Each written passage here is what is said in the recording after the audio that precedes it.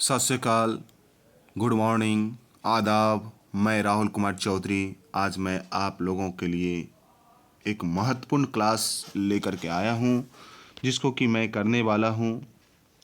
और इसमें मैं महत्वपूर्ण 30 प्रश्न 30 क्वेश्चंस महत्वपूर्ण मैं 30 क्वेश्चंस लेकर के आया हूँ। 30 क्वेश्चंस मैं इसमें आपको बताने वाला हूँ। बहुत इम्पॉर्टेंट क्वेश्चंस हैं आप बिल्कुल। और इसमें आप देखें कि 30 में से कितने क्वेश्चंस आपके सही होते हैं। और मैं आपको बहुत ही अच्छा क्वेश्चन कलेक्ट करके 30 क्वेश्चंस लेकर के आया हूँ जो कि आपके UPPCL TG2 एग्ज़ाम में पूछे गए हैं। और आप खुद देख लेंगे ये क्वेश्चंस कोई ऐसा क्वेश्चंस नहीं है जो कि आपको आपके एग्ज़ाम की दृष्टि से काफ़ी महत्वपूर्ण है। तो इसको आप निश्चित रूप से क्या करेंगे, ध्यान लगा करके इसको देखेंगे। तो चलिए मैं स्टार्ट करता हूँ। इसमें देखें, सबसे पहला क्वेश्चन है कि सुरक्षात्मक ग्राउंडिंग के लिए क्या ज़रूरी है। देखिए, ग्राउंडिंग करते हैं हम लोग, अर्थिंग करते हैं, तो इसमें सुरक्षात्मक ग्राउंडिंग के लिए जो ज़रूरी होगा क्या होगा। तो इसमें ऑप्शन दिए हैं। अर्थ के लिए एक कम प्रतिरोध पथ, मतलब ये तो कुछ सही लग रहा है। अर्थ के लिए कम प्रतिरोध पथ दे देना, ज़मीन में लगा करके मेटल का आप दे देंगे, अर्थिंग जिसको कहते हैं। आप निश्चित रूप से आप जब इसमें करते हैं तो आप क्या करते हैं, अर्थिंग में आप किसी भी मेटलिक बॉडी से करके, मेटलिक बॉडी से आप ध्यान देंगे, मेटलिक बॉडी से इस तरह से करके आप अर्थिंग कर देते हैं, ग्राउंड कर देते हैं किसी भी चीज़ को, तो जिससे कि हमारा बॉडी से जो लीकेज करंट होता है वो आसानी से इसमें चला जाता है। दूसरा है साफ संयोजन। संयोजन भी बिल्कुल साफ होने, कनेक्शन बिल्कुल साफ होनी चाहिए, ऐसा ना कि कहीं कटा छटा संयोजन हो। आप उसकी कंटिन्यूटी चेक कर लेंगे। टाइट संयोजन, संयोजन बिल्कुल टाइट हो जिससे कि हमें पता चले कि ये बिल्कुल कनेक्टेड हो। ठीक है। ग्राउंडिंग डिवाइस की पर्याप्त विद्युत वाहक क्षमता, और जो विद्युत वाहक क्षमता हो, जो डिवाइस आप ग्राउंड में आपने लगा कर रखी है उसकी एक बहुत ही अच्छी क्षमता होनी चाहिए। और लास्ट ऑप्शन है इसमें इन सब, मतलब ये सभी। तो निश्चित रूप से ये सभी हो जाएगा, ये सभी होना ज़रूरी है। और इसमें आपने देखा कि दिया है इसका एक्सप्लेनेशन, सुरक्षात्मक ग्राउंडिंग अर्थिंग के लिए प्रयुक्त चालक तार का कुल प्रतिरोध 1 ओम से अधिक नहीं होनी चाहिए। अगर आप कोई ग्राउंडिंग करने जा रहे हैं तो उसकी प्रतिरोध कम से कम 1 ओम या उससे कम ही होनी चाहिए, उससे ज़्यादा नहीं होनी चाहिए। क्योंकि जब भी आपको कहीं ना कहीं लीकेज करंट होगी तो वो कम प्रतिरोध होने के कारण अर्थ वायर से ही वो क्या हो जाती है, पास कर जाती है, जिससे कि जिस व्यक्ति को भी लीकेज करंट के संपर्क में आता है तो वो व्यक्ति बिल्कुल सुरक्षित बच जाता है। और धातु कैसा होना चाहिए, अर्थिंग तार कसने के लिए अलोह धातु पीतल के नट प्रयोग करें। पीतल का नट यानी कि जिस धातु का आप लगाएंगे अर्थिंग, उसी धातु का नट होना जरूरी है। ठीक है। अर्थिंग संयोजन की सोल्डरिंग भी की जा सकती है, तो आप सोल्डरिंग भी उसी धातु से करेंगे जिस धातु के आपके अर्थिंग है। और अधिक विद्युत धारा वाले परिपथों के लिए अर्थिंग प्लेट का जो आकार है 90 सेंटीमीटर इंटू 90 सेंटीमीटर रखा जाता है। तो आशा करता हूँ कि ये जो ऑप्शन है आपके ऑप्शंस, यहाँ पे ऑप्शंस जो है ये सारे ऑप्शंस करेक्ट है, ये सारे ऑप्शंस करेक्ट है। आप सारे ऑप्शन की ओर जाएं। तो मैं अब नेक्स्ट क्वेश्चन की ओर चलता हूँ। नेक्स्ट क्वेश्चन, चलिए देखिए यहाँ पे भी दिया है, प्रभावी अर्थिंग के लिए डैश का मिश्रण अर्थ इलेक्ट्रोड के चारों ओर भरा हो। देखिए, आप जब अर्थिंग बनाते हैं तो अर्थिंग में क्या करते हैं, अर्थिंग में क्या करते हैं कि उसमें आप कुछ ना कुछ मिश्रण डालते हैं। मिश्रण, तो वो मिश्रण क्या चीज़ का होना चाहिए, तो इसका ध्यान रखेंगे।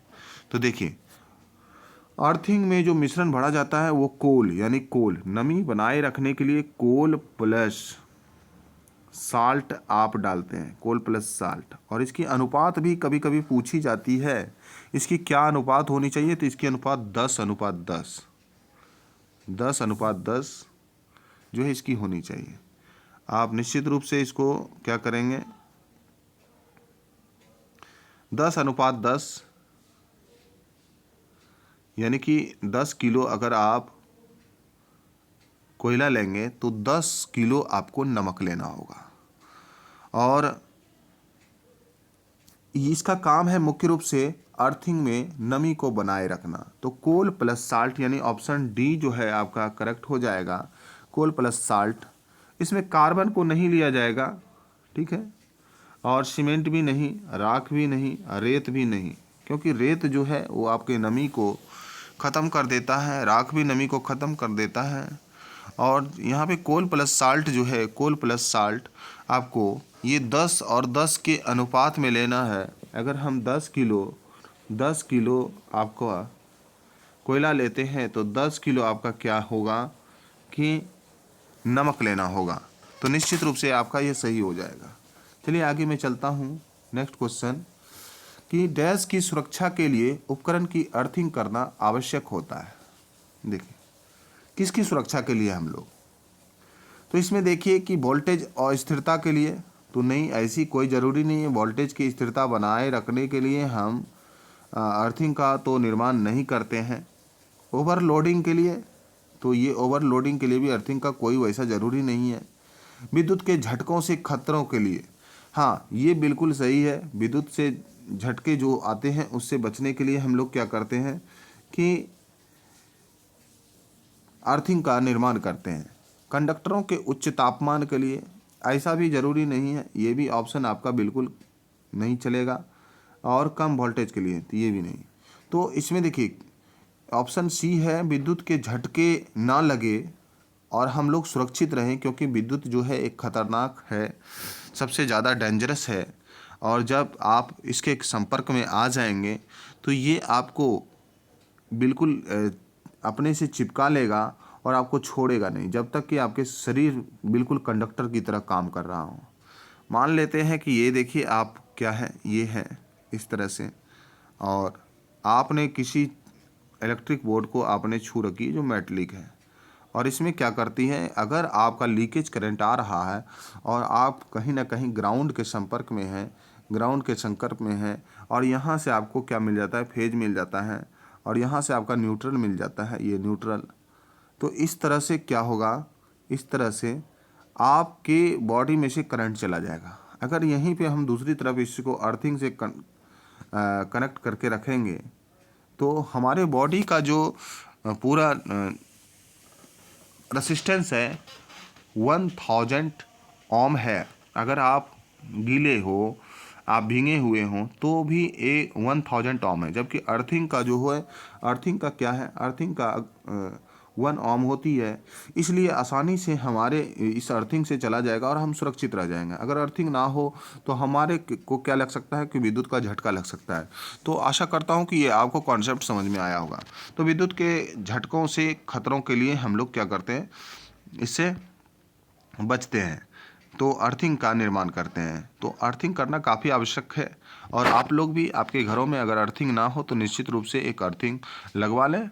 और इसमें कोई ज़्यादा कॉस्ट नहीं लगता, क्योंकि अगर आपके घर में कोई बच्चे भी हैं तो वो अगर छू दें तो वो भी सुरक्षित रह जाएंगे, क्योंकि सबसे ज़्यादा सुरक्षित होना ज़रूरी है इलेक्ट्रिसिटी के लिए। इलेक्ट्रिसिटी हर घर में होता है, इसलिए ज़रूरी है कि आप इलेक्ट्रिसिटी अगर प्रयोग कर रहे हो तो अगर आपके घर में 125 वोल्ट 125 वोल्ट से ऊपर का कनेक्शन है तो आप अर्थिंग ज़रूर लगवा लें।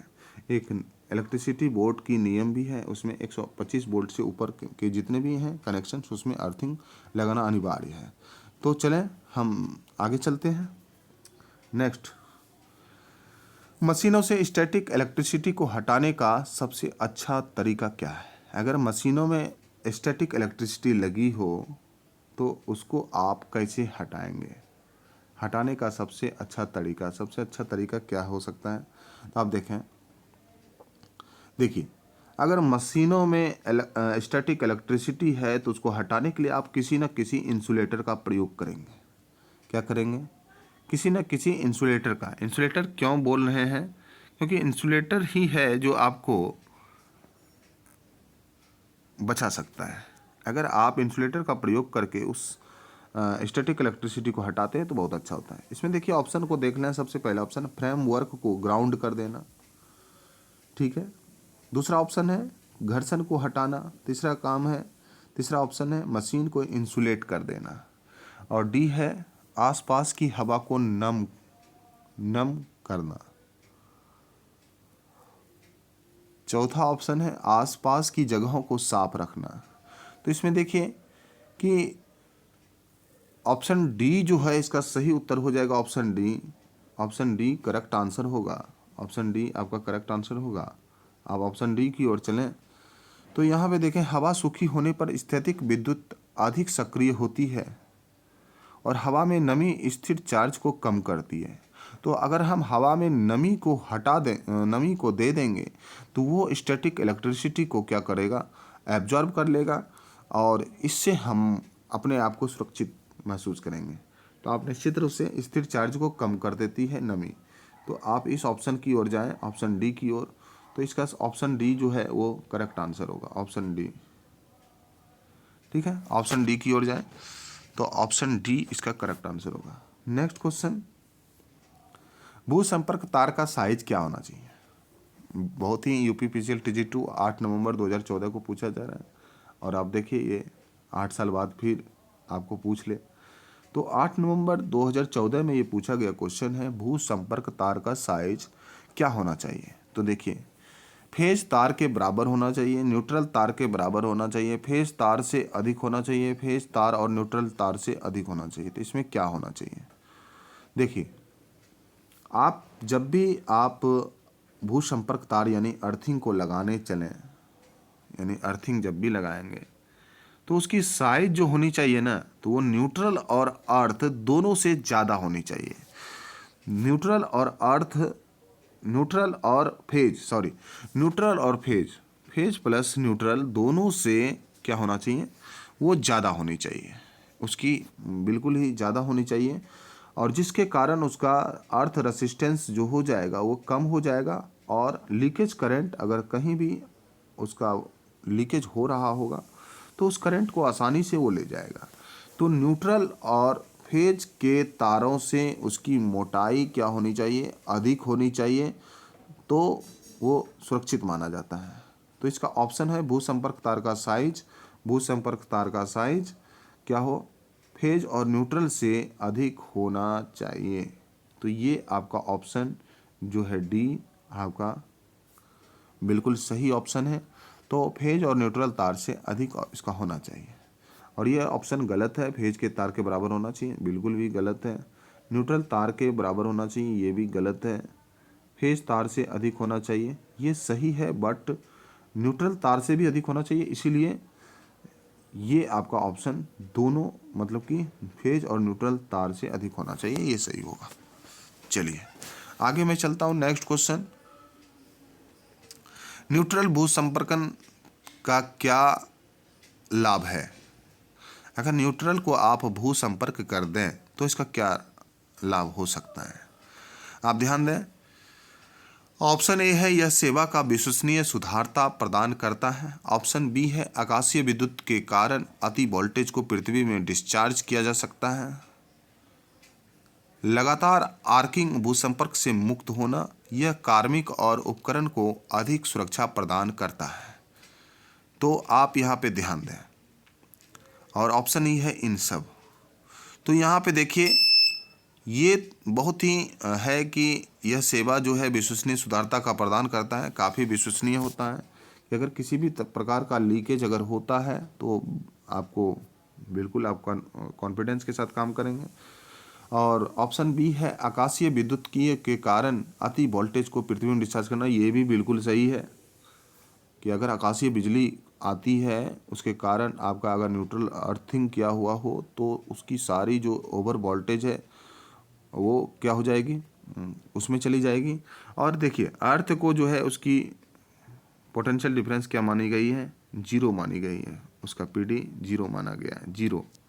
ठीक है, उसका PD यानी पोटेंशियल डिफरेंस क्या है, 0, 0 शून्य विभव माना गया है। ऑप्शन सी है लगातार आर्किंग भूसंपर्क से मुक्त होना, तो ये भी आपका ऑप्शन सही है।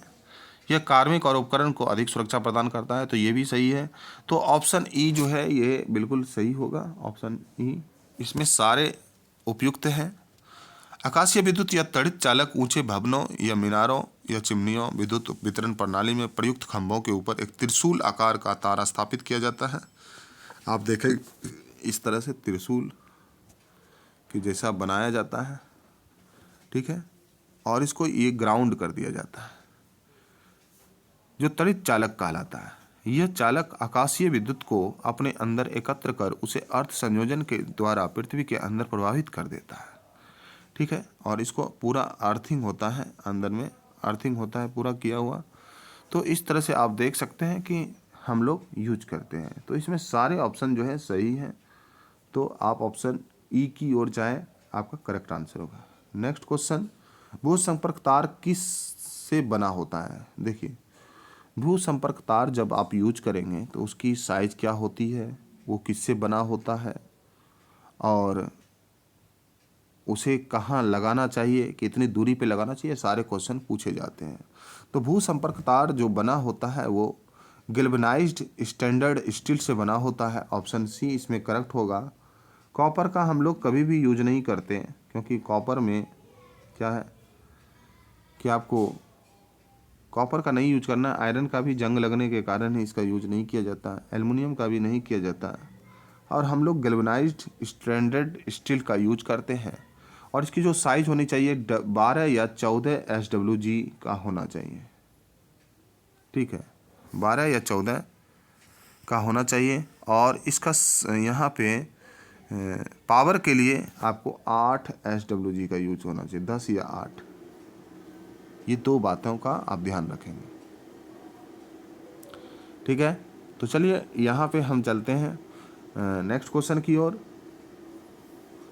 वैद्युत भू संपर्कन का प्रयोजन होता है। वैद्युत भू संपर्कन का प्रयोजन क्या होता है, आप ध्यान दें। स्थिर वोल्टेज प्रदान करना, बिजली के झटकों के खतरों को कम करना, बिजली की खपत घटाना, प्रतिरोध घटाना। तो इसमें देखिए ऑप्शन बी करेक्ट आंसर होगा। ऐसा क्वेश्चन मैंने पहले भी किया था। तो ये क्या करता है, बिजली के झटकों के खतरों को कम करता है। आप जब भी अपने घर में या फिर आप कहीं किसी पावर स्टेशन में काम कर रहे हैं, वहाँ पे आप देखेंगे कि 2 या 2 से अधिक अर्थिंग का प्रयोग किया जाता है। ऐसा इसलिए कि अगर आपका कोई एक अर्थिंग भी मिस हो जाती है तो दूसरा अर्थिंग उसको कहीं ना कहीं उसको सुरक्षा प्रदान करता है। तो निश्चित रूप से समय समय पर अर्थिंग का चेक करते रहना, क्योंकि कोई अर्थिंग हमारा काम कर रहा है कि नहीं कर रहा है, इसकी कंटिन्यूटी चेक करते रहना, जिससे कि हम लोग क्या करेंगे कि सुरक्षित रहेंगे। ठीक है, तो इसका ऑप्शन बी जो होगा वो करेक्ट आंसर होगा। तो ऑप्शन बी की ओर जाए। वैद्युत भू संपर्कन का उपयोग बिजली झटकों के खतरों को कम करना होता है। तो इसका सही उत्तर हो जाएगा ये सही उत्तर। आगे चलते हैं। डैश से सुरक्षा देने के लिए उपकरण की भू संपर्कन अर्थिंग जरूरी है। ये देखिए DMRC इलेक्ट्रीशियन 19 फरवरी 2017 शिफ्ट 2 में पूछा गया था।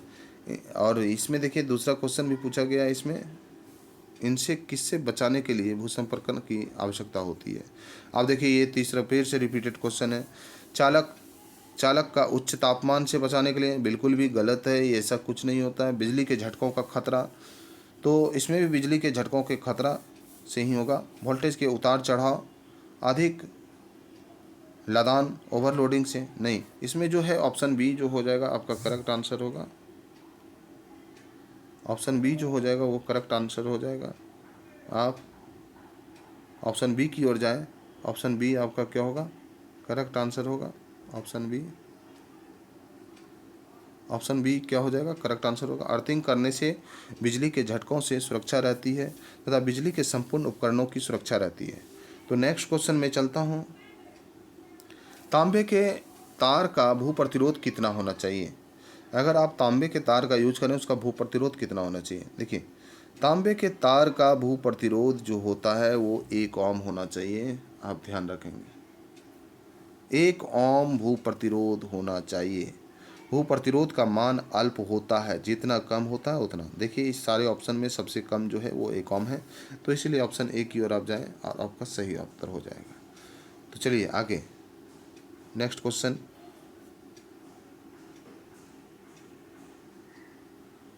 नेक्स्ट क्वेश्चन की ओर चलते हैं।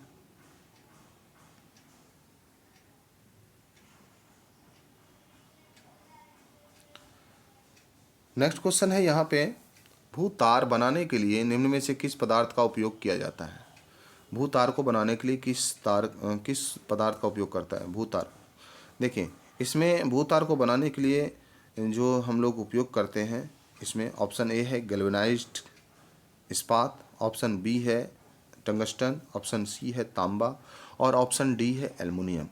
तो ऑप्शन इसमें जो करेक्ट ऑप्शन है वो ऑप्शन ए है। आपने पीछे भी देख रखा है, तो आपका जो ऑप्शन होगा यहाँ पे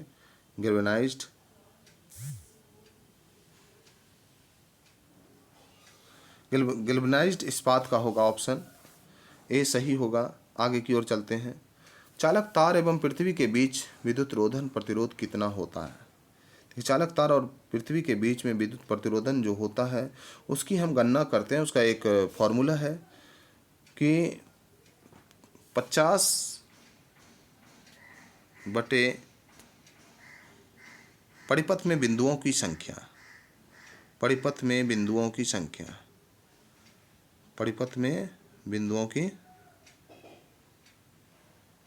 परिपथ में बिंदुओं की संख्या, पॉइंट की कितनी पॉइंट आपने लगा रखा है सर्किट में, उसकी संख्या कितनी है। परिपथ में पॉइंट से जितनी संख्या होगी उसको आप क्या करते हैं, उसकी संख्या कितनी है। तो इसमें दिया है ऑप्शन ए दिया हुआ है। आप ऑप्शन ए की ओर जाएं। इसमें देखिए ऑप्शन ए में है क्या, 50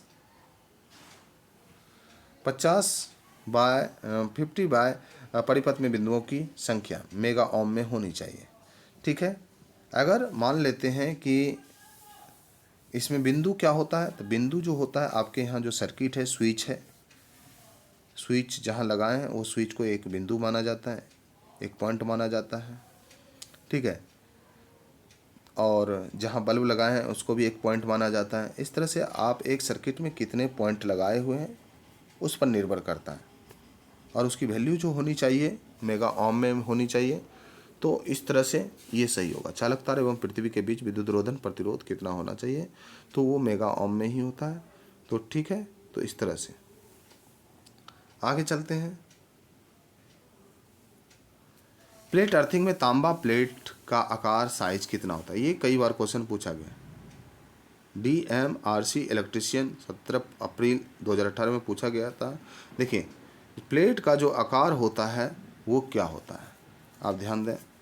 उसका जो साइज जो होता है 60x60 तो होगा ही, 60x60, ये 60 है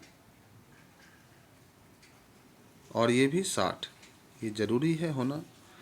लेकिन अगर कॉपर होगा, कॉपर अगर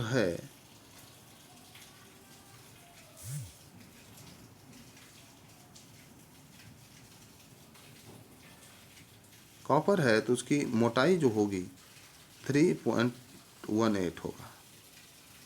ठीक है, कॉपर होगा तो 3.18 होगा।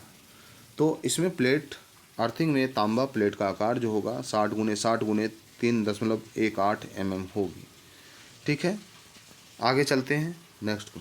इसमें ऑप्शन सी जो होगा वो करेक्ट आंसर होगा, ऑप्शन सी करेक्ट आंसर होगा। इसमें 60x60x3.18 mm होनी चाहिए। आगे चलता हूँ। किसी GI भूयोजन प्लेट की माप क्या होती है, किसी GI भूयोजन प्लेट की माप कितना होगी। देखिए, आपने पहले देखा कि तांबा का जो प्लेट होता है वो 60x60 कॉपर का अगर मैं लेता हूँ, कॉपर का प्लेट, तो उसका जो होगा 60x60 3.18 18 होता है। अगर हम GI का लेता हूँ, GI का, तो वो 60 गुने 6.35 mm होगी। ठीक है, 60 गुने 6.35 mm होगी। इसलिए इसका जो है ऑप्शन जो हो जाएगा वो आपका ऑप्शन ए करेक्ट आंसर होगा। तो चलिए मैं आगे की ओर चलता हूँ। किसी भू इलेक्ट्रोड के एक भवन की दूरी डैश से कम नहीं होनी चाहिए। देखिए, आप जब भी भू इलेक्ट्रोड का यूज करते हैं तो उसके भवन की दूरी कितनी होनी चाहिए, तो यहाँ पे दिया गया है। देखिए, तो उसकी भवन की दूरी 5.5 मीटर की दूरी से कम नहीं होना चाहिए। ठीक है, और इसकी दूरी थोड़ी अधिक होनी चाहिए। तो ये सही उत्तर आपका हो जाएगा 5.5 मीटर। तो ऑप्शन बी की ओर आप जाएं। ऑप्शन बी आपका क्या हो जाएगा, करेक्ट आंसर हो जाएगा। नेक्स्ट क्वेश्चन, 3 फेज सिस्टम में निम्नलिखित का प्रयोग करना चाहिए। देखिए, 3 फेज सिस्टम में आपको भू संपर्कन का प्रयोग करना चाहिए, दोहरा भू संपर्कन का प्रयोग करना चाहिए, भू संपर्कन का और भू संपर्कन की आवश्यकता नहीं है, ऐसा दिया गया। इसमें देखिए, भू संपर्कन आप जब भी 3 फेज सिस्टम में करते हैं, 3 फेज अगर आपने लिया हुआ है या फिर आप लेंगे या फिर आप किसी 3 फेज सिस्टम पे काम कर रहे हैं, तो वहाँ निश्चित रूप से आपको जांच लेनी चाहिए कि इसमें दोहरा भू संपर्कन यानी दोहरा अर्थिंग की हुई है या नहीं। आपको दोहरा अर्थिंग का यूज करना चाहिए, दोहरा अर्थिंग।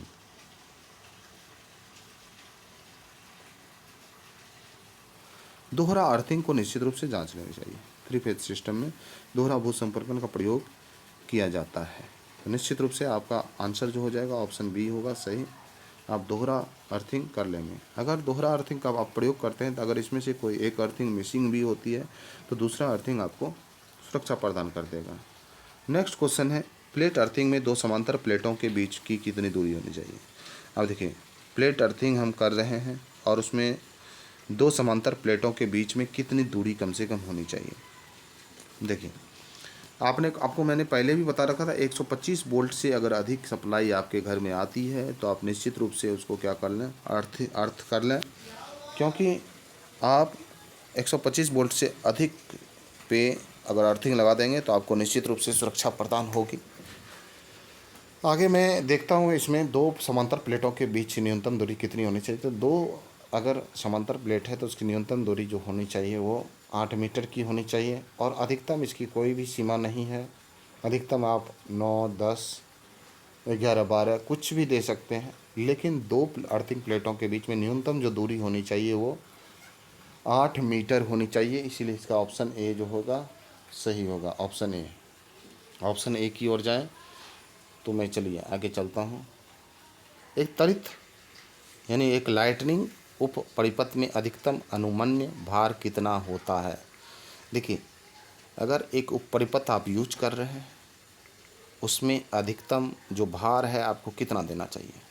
देखिए, अधिकतम जो भार उसमें आप देंगे तो वो अधिकतम भार मैक्सिमम जो हो सकता है, मैक्सिमम वो 800 वाट होनी चाहिए।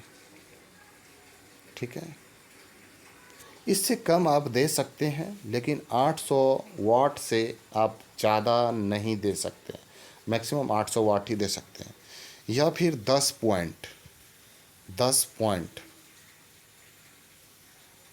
पॉइंट मैं बता रहा हूँ, मतलब पॉइंट आप जानते होंगे। पॉइंट जैसे एक स्विच है, एक बल्ब है, इसको मिला करके एक पॉइंट माना जाता है।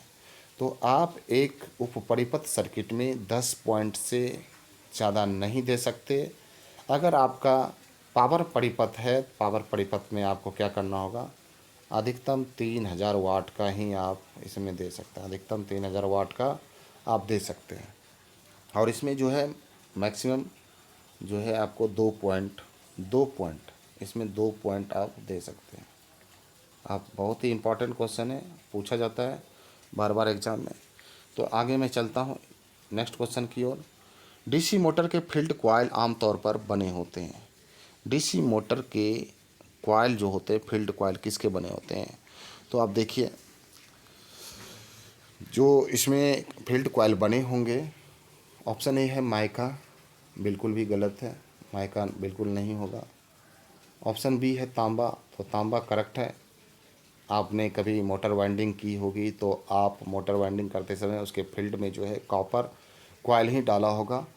ऑप्शन सी कास्ट आयरन, तो आप कास्ट आयरन, ये भी गलत है। कास्ट आयरन जो होती है उसकी बॉडी यानी यॉक बनाई जाती है, तो कास्ट आयरन का हम लोग यूज नहीं करते हैं। ऑप्शन डी है कार्बन, कार्बन का हम लोग ब्रश के रूप में यूज करते हैं, तो कार्बन भी हमारा जो होगा वो फील्ड कॉइल के रूप में तो नहीं देंगे, इसका ब्रश यूज करते हैं।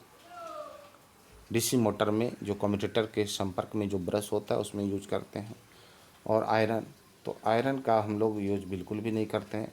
देखिए डीसी, इसका जो व्याख्या दिया गया है, डीसी मोटर के फील्ड कॉइल आमतौर पर तांबा के बने होते हैं। फील्ड कॉइल का उपयोग सामान्यतः चुंबकीय क्षेत्र को उत्पन्न के लिए किया जाता है। तो जैसे ही एक कॉपर कॉइल से इलेक्ट्रिसिटी फ्लो करती है तो इसके चारों ओर क्या करते हैं, एक मैग्नेट बनना शुरू हो जाता है। और जब आप मैग्नेट बनाना चाहते हैं, इसमें जो क्लॉकवाइज होता है, अगर मान लीजिए ये कॉइल आपने लगा के रखी है और इस कॉइल में अगर ये क्लॉकवाइज जा रही है तो ये साउथ पोल बनाता है। अगर ये एंटी क्लॉकवाइज जा रही है, एंटी क्लॉकवाइज इस तरह से जा रही है, तो ये आपका नॉर्थ पोल बनाती है।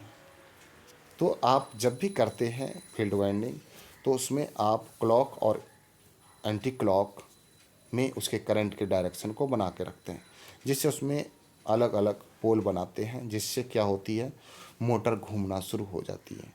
आगे की क्वेश्चन की ओर चलते हैं। कम्यूटेटर का क्या कार्य है? देखिए कम्यूटेटर का कार्य हमेशा पूछा जाता है और साथ में ये भी पूछा जाता है कम्यूटेटर किससे बना होता है। देखिए कम्यूटेटर का जो कार्य है वो एसी को डीसी में रूपांतरित करता है। एसी को डीसी में रूपांतरित करता है, तो इसका ऑप्शन ए क्या होगा, वो सही होगा। कम्यूटेटर को एसी से डीसी में रूपांतरित करता है, तो ऑप्शन ए इसका करेक्ट हो जाएगा। ठीक है।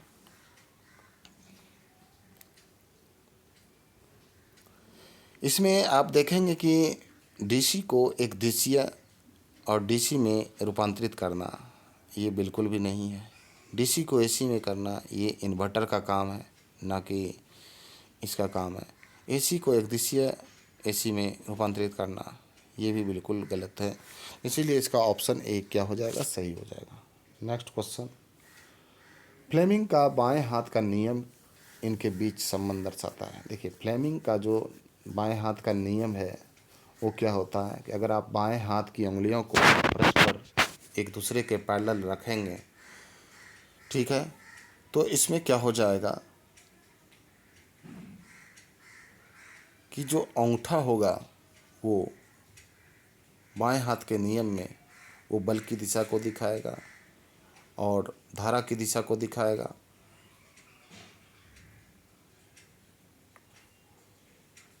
और फ्लक्स की दिशा को दिखाएगा। तो अंगूठा जो है वो बल की दिशा को दिखाता है और जो तर्जनी जो है वो आपको फ्लक्स की दिशा को दिखाता है, और आपकी मध्यमा जो उंगली होती है वो करंट की दिशा को दिखाता है। तो इस तरह से आप बाएं हाथ की उंगली को परस्पर एक दूसरे के पैरेलल करके आप परपेंडिकुलर करके आप देख सकते हैं। तो आप इसका जो ऑप्शन होगा, ऑप्शन सही होगा, ऑप्शन बी, ऑप्शन सी इसका करेक्ट आंसर होगा। ऑप्शन सी की ओर जाएं, ऑप्शन सी आपका करेक्ट आंसर होगा। आगे मैं चलता हूँ नेक्स्ट क्वेश्चन की ओर।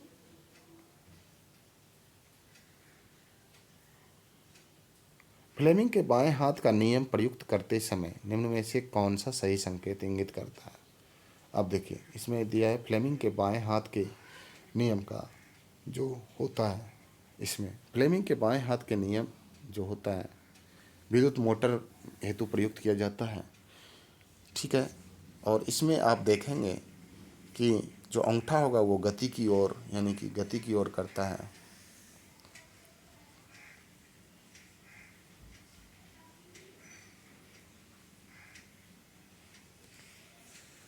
गति की ओर करता है और तर्जनी चुंबकीय क्षेत्र की ओर मध्यम उंगली विद्युत धारा को दर्शाती है। आगे की ओर मैं चलता हूँ इसमें, इसीलिए इसका ऑप्शन जो हो जाएगा वो ऑप्शन सी जो होगा करेक्ट आंसर होगा।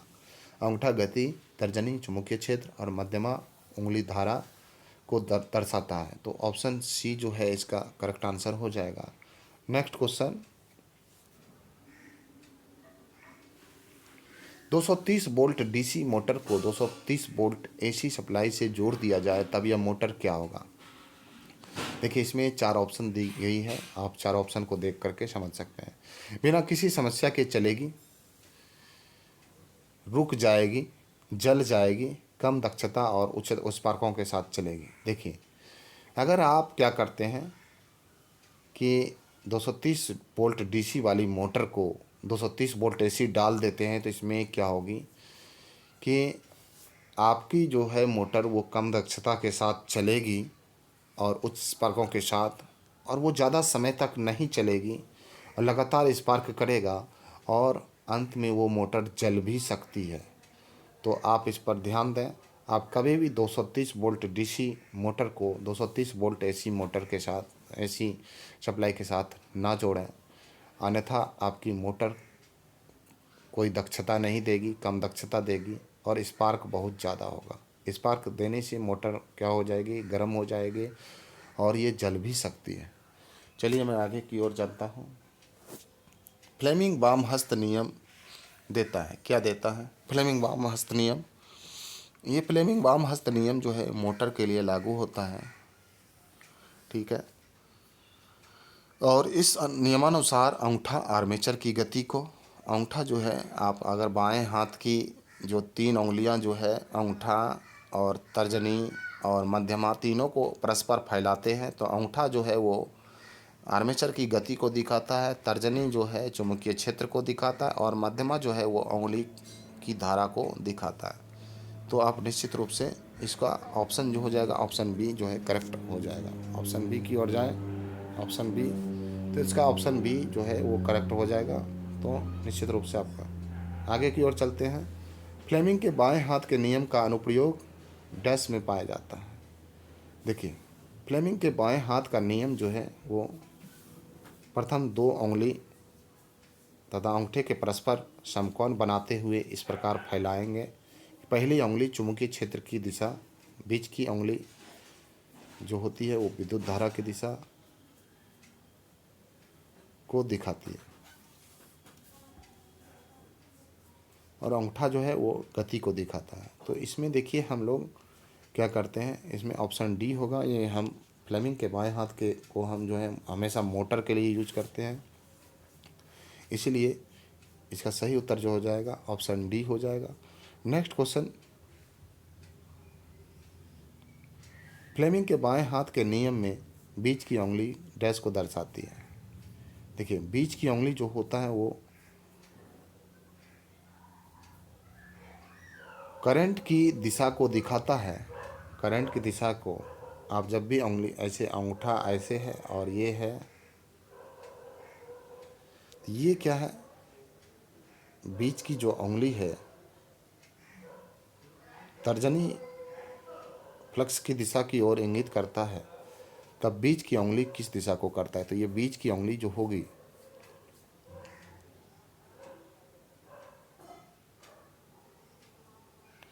बीच की उंगली ये जो आपको दिखाएगी ये हमेशा धारा की दिशा यानी आई को दिखाता है।